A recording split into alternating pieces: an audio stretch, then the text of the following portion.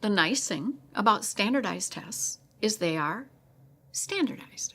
So it ideally is not the case that a child in a school has a different test than a child in a different school, so that all children have the same standard. The problem with that is I don't think the instruments do a good job yet of capturing those things that we believe are important. In order for that to happen, you need more time and more money than we currently are willing or able to spend. A standardized test is just a shortcut. It's a way to quickly take someone's temperature, but that means we are not determining the degree to which that person may be healthy or not. It's just a shortcut. But I don't know how you can have something that is both standardized and individualized. And I think that's what we really need. I don't know that test scores are really the only indicator or the most important indicator both to a student's capacity, a student's potential for success in life beyond the classroom, and also to the efficiency of a school. If we just dive into the weeds here for a minute, all of a sudden, if we're just looking at test scores and we're saying, well, test scores make a school great, then of course, the schools that take in students who test really well are going to get better results, are going to get better achievement results on those tests. This isn't to say that highly selective schools aren't good schools. It's just saying that they're inheriting students who do better on a certain set of metrics than schools that might not be getting students that do really well on those same tests.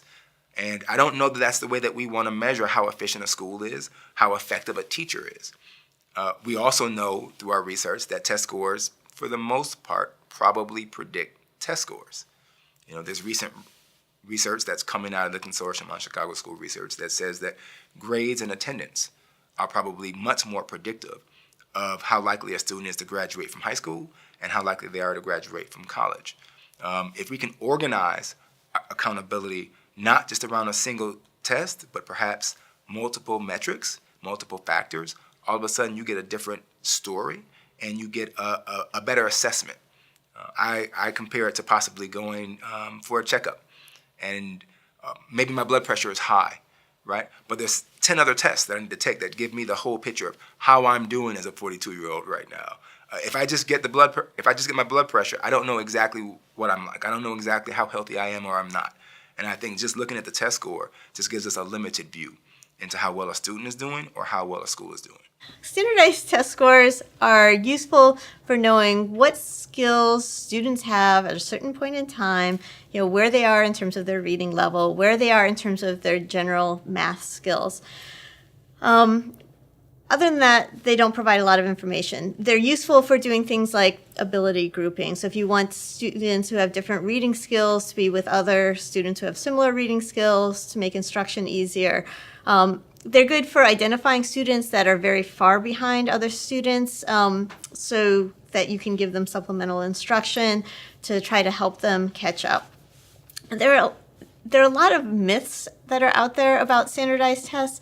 I think a lot of people believe that most students at a particular age or grade level have similar ability levels or similar tested skill levels, similar reading levels or math skills, and then they learn throughout the school year, and then the next year they're at a much higher level of performance. And so, for example, fourth graders are very different from third graders, and there is a fourth grade reading level and a third grade reading level.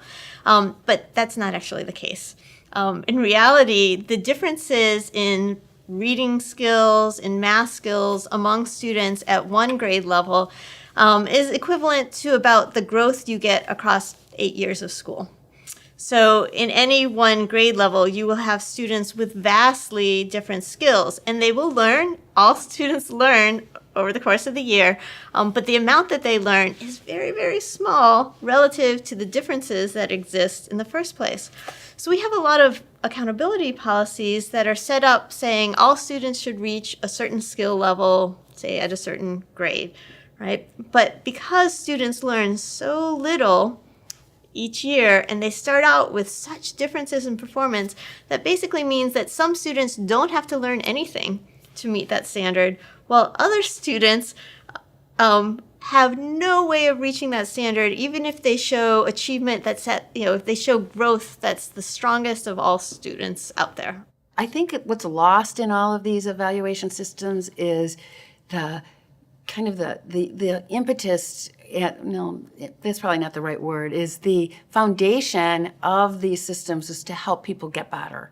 And if all it is a sorting system, then we've missed the boat, because we have to be able to use these new systems to help everyone, no matter where you are, get better. Because it's complex, and this is a piece that I feel like we get into with education and the debate around school change and school communities. Because things are complex doesn't mean they're impossible. They're just complex. And this is one where, certainly in my experience, being able to say to students, the test does not define you. It does not define you, but it is important, and you can do well on it. And we're gonna, and we want to not teach to the test. We want to teach through the test, because we've gotta go through it. It's real, but we also value you as a human being and value who you are. And we believe that this is just one of those things in your life that is an obstacle, and you're the kind of person that can overcome obstacles. So we're going to get this one like we get the rest. But that's not the same as saying it's not important, and it's not the same as saying it's all important. It's just another important thing that kids needs to do. I think one of the interesting things to do is sort of step back a little bit and think about, like, where did all of this come from? And I like to point to Frederick Taylor and his notion of scientific management. Brilliant concept, hugely impactful in terms of doing things like helping organizations make more cars. This whole notion of scale, right? It's built into this concept that you actually, you need data in order to make informed decisions, in order to improve something in particular. The challenge, I think, is in the framework that is being used right now in education is, again, there isn't any improvement component that's built into it. There's a punitive component that's built into it. From Taylor to Deming, all of them in their sort of instantiations of scientific management worked on the improvement piece. And we are not really working so much on the improvement piece here. We're working more on the identifying what's not working and getting rid of it, and bringing in something that theoretically might work or could work, as opposed to, okay, so let's figure out where kids are at on these particular assessments, and let's try and figure out how to get them the resources, that they need to get to improve those particular outcomes. The other, I think, important thing to point out is that these assessments are only good as trying to understand how well students are doing on these assessments, right? There isn't any indication that these assessments help us understand whether or not Jose or John or Mario are going to be productive citizens in this country. Productive both on an economic standpoint, but also productive on a political standpoint.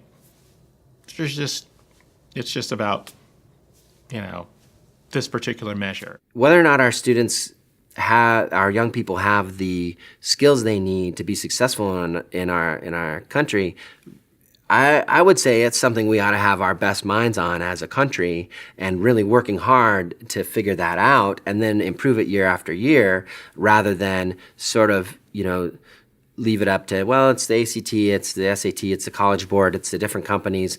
This is one where the more I kind of ponder it and think about it, I just wish we had one standard that we could work on and improve that standard, because it is extremely distracting to have a high-stakes situation where you're preparing students for a test that you don't believe has real meaning. That is destructive to a school community. That's destructive to students. It's bad idea, because you want to make sure that you can look your students in the eye and say, if you can do these things on this test, under this kind of pressure, weird pressure situation, you will actually, it's a good way to tell if you can do the other things that you need to do in your life. It was interesting because I came into the role because the numbers of our school were low. And so I certainly did have to reconcile it in the sense that our students were going to have to take these tests and they were going to need to do well on them. But in my mind, I really believed that best teaching practices would bear out on high stakes tests, that the students would do well if we stayed true to delivering high quality instruction and putting forth high quality tasks that were demanding of our students, that whatever measure was put before them, they would do well. And we actually started to see that. But we did use data, a lot of data, to drive that. So if we put an assessment before our students and it told us that they were weak in an area, then we went back to the drawing board to figure out other authentic experiences to teach and reteach whatever that aspect was that they were weak in. So it wasn't about ignoring the data or ignoring the high stakes test, but it was using that data to teach students to mastery. We were real-time data users, so the more you have and you can turn it on a dime and see the results the next day, then that was helpful for students and for teachers to see, to just kind of bring the shoulders down, that we do not have to drop everything and then just do this skill and drill workbook for 3 months to prep for this assessment. Actually, the way in which we teach and the best practices that we honor, that we've been delivering all year long, will sustain and get our students through this assessment.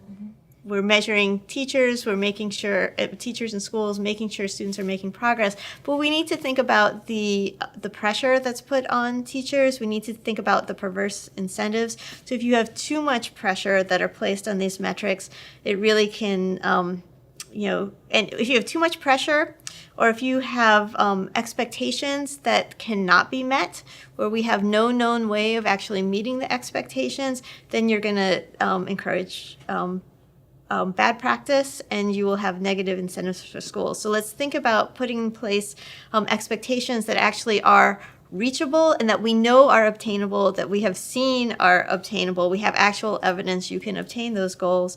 And then make sure that teachers and schools are getting the supports they need to reach those goals, not just being punished because they don't reach those goals.